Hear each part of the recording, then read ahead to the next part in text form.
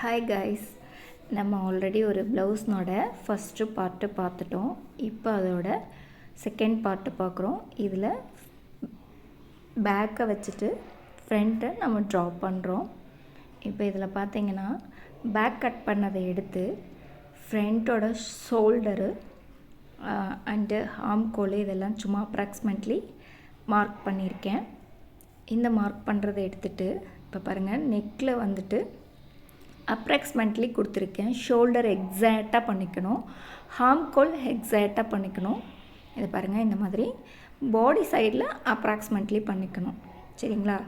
இதை நம்ம மார்க் பண்ணிவிட்டு இனி ப்ளவுஸை எடுத்துகிட்டு ஃப்ரண்ட் சைடில் கொக்கி எங்கே இருக்கோ அந்த சைடில் தான் நம்ம பாருங்கள் மெஷர்மெண்ட் எடுக்கணும். இந்த கோடு எதுக்காகனா, இந்த கோட்டு மேலே உங்களுடைய ப்ளவுஸோட ஸ்டிச்சஸ் இருக்கும் இல்லையா, அதை இந்த கோட்டு மேலே நீங்கள் வைக்கிற மாதிரி வச்சிட்டிங்க அப்படின்னா மெஷர்மெண்ட் நமக்கு கரெக்டாக வரும். இது மூவ் ஆகாமல் இருக்கிறதுக்கு தான் நான் ஒரு பின் பண்ணியிருக்கேன். பார்த்திங்கன்னா நெக்கோட இறக்கம் எவ்வளோ இருக்குமோ அதை பண்ணியிருக்கேன். பாடியோட ஜாயிண்டிங் எங்கே இருக்கோ அதுலேருந்து ஒரு 3/4 இன்ச்சு கீழே இறக்கியிருக்கேன். சென்ட்ரு பாடியிலேருந்து ஒரு 1/2 இன்ச் கீழே மார்க் பண்ணுறேன். தென் பார்த்திங்கன்னா இதை நல்லா எடுத்து போட்டுட்டு நல்லா கிளியராக வச்சுக்கோங்க. வச்சுட்டு ஹாமில் எவ்வளோ இருக்கோ அதை அப்படியே மார்க் பண்ணிக்கோங்க. எப்போவுமே அது உள்ளே கீழே கொஞ்சம் இறக்கமாக தான் வரும். பின்ன கழட்டி எடுத்துடலாம். இதுக்கப்புறம் பார்த்திங்க அப்படின்னிங்கன்னா இது நல்லா டார்க்காக போட்டு ஒரு டாட்டாக வச்சுட்டு உள்ளே மார்க் பண்ணோம் இல்லையா, இதை அப்படியே டாட்டாக போயிட்டு எக்ஸாக்டான பாடியோட அளவில் இருக்கும். அதில் இப்படி கன்ஃபார்ம் பண்ணி ஒரு ட்ராயிங் பண்ணிக்கலாம் நம்ம. இப்போ மறுபடியும் இந்த சைடில் பார்த்திங்க அப்படின்னா நெக்கும் ஷோல்டரையும் வச்சுட்டு நம்ம மார்க் பண்ணிக்கலாம்.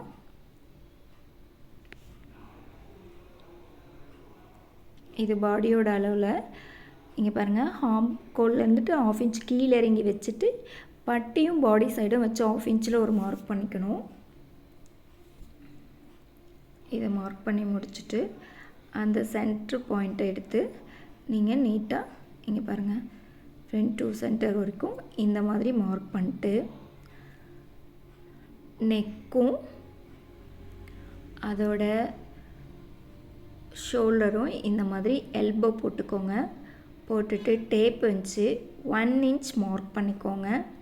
மார்க் பண்ணிவிட்டு நீங்கள் அதை ஷேப் பண்ணிக்கலாம். ஸ்கேலை வச்சுட்டு கரெக்டாக இப்படி ஷேப் பண்ணிக்கோங்க.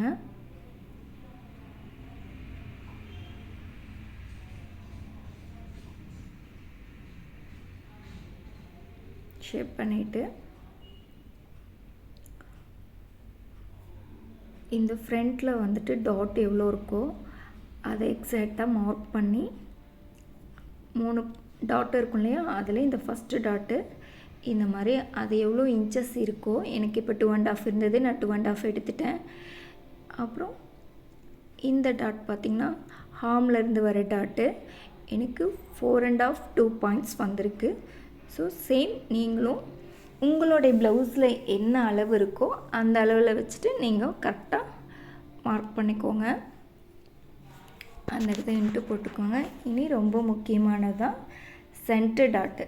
சென்டர் டாட்டு இதே மாதிரி டேப் வச்சு அதனுடைய வித்து எவ்வளோ இருக்குது, லென்த்து எவ்வளோ இருக்குது அப்படின்னு சொல்லி நம்ம மெஷர் பண்ணணும். இப்போ பாருங்கள், இது டிஸ்டன்ஸு, இது டிஸ்டன்ஸ் மார்க் பண்ணியிருக்கோம். இப்போ இந்த டிஸ்டன்ஸை ப்ளவுஸில் இருக்கிற அதே அளவு டிஸ்டன்ஸ் பண்ணிக்கணும். இப்போ இது அந்த டாட்டோட வித்து எவ்வளோ இருக்கோ அதே அளவு அந்த டிஸ்டன்ஸ்லேருந்து ஃபஸ்ட்டு ஒரு பாயிண்ட் வச்சுக்கோங்க. மறுபடியும் ஒரு பாயிண்ட் நீங்கள் வச்சிங்கன்னா தான் நம்ம டபுள் ஃபோல்ட் பண்ணி அதை ஸ்டிச் பண்ண முடியும். தென் இதோட இந்த டாட்டோட லென்த்து எக்ஸஸ் அந்த பிசுரோட சேர்த்து இருக்கும் இல்லைங்களா, அது வரைக்கும் நம்ம அதை மெஷர் பண்ணி எடுத்து அதையும் மார்க் பண்ணிக்கலாம். தென் ஸ்கேலை வச்சுட்டு இது எல்லாமே கரெக்டாக டாட்டோட பாயிண்ட்ஸ் வச்சு மார்க் பண்ணிக்கலாம். இந்த மாதிரி எல்லாத்தையும் போட்டு மார்க் பண்ணி முடிச்சிருங்க. முடிச்சுட்டு இனி இது இப்படி கட் பண்ணிக்கலாம். எக்காரணத்தொண்டு கிளாத்தை கையில் நீங்கள் எடுத்து கட் பண்ணக்கூடாது. டேபிள்லேயோ கீழேயோ போட்டிங்கன்னா ஜஸ்ட்டு கிளாத்தை வந்து நீங்கள் இந்த மாதிரி ரொட்டேஷன் பண்ணி தான் நீங்கள் வந்து கட் பண்ணுமே ஒழிஞ்சு நீங்கள் வந்து கிளாத்தை கையில் எடுக்கவே கூடாது. எடுக்காமல் இப்படியே வச்சு தான் நீங்கள் கட்டிங் பண்ணணும்.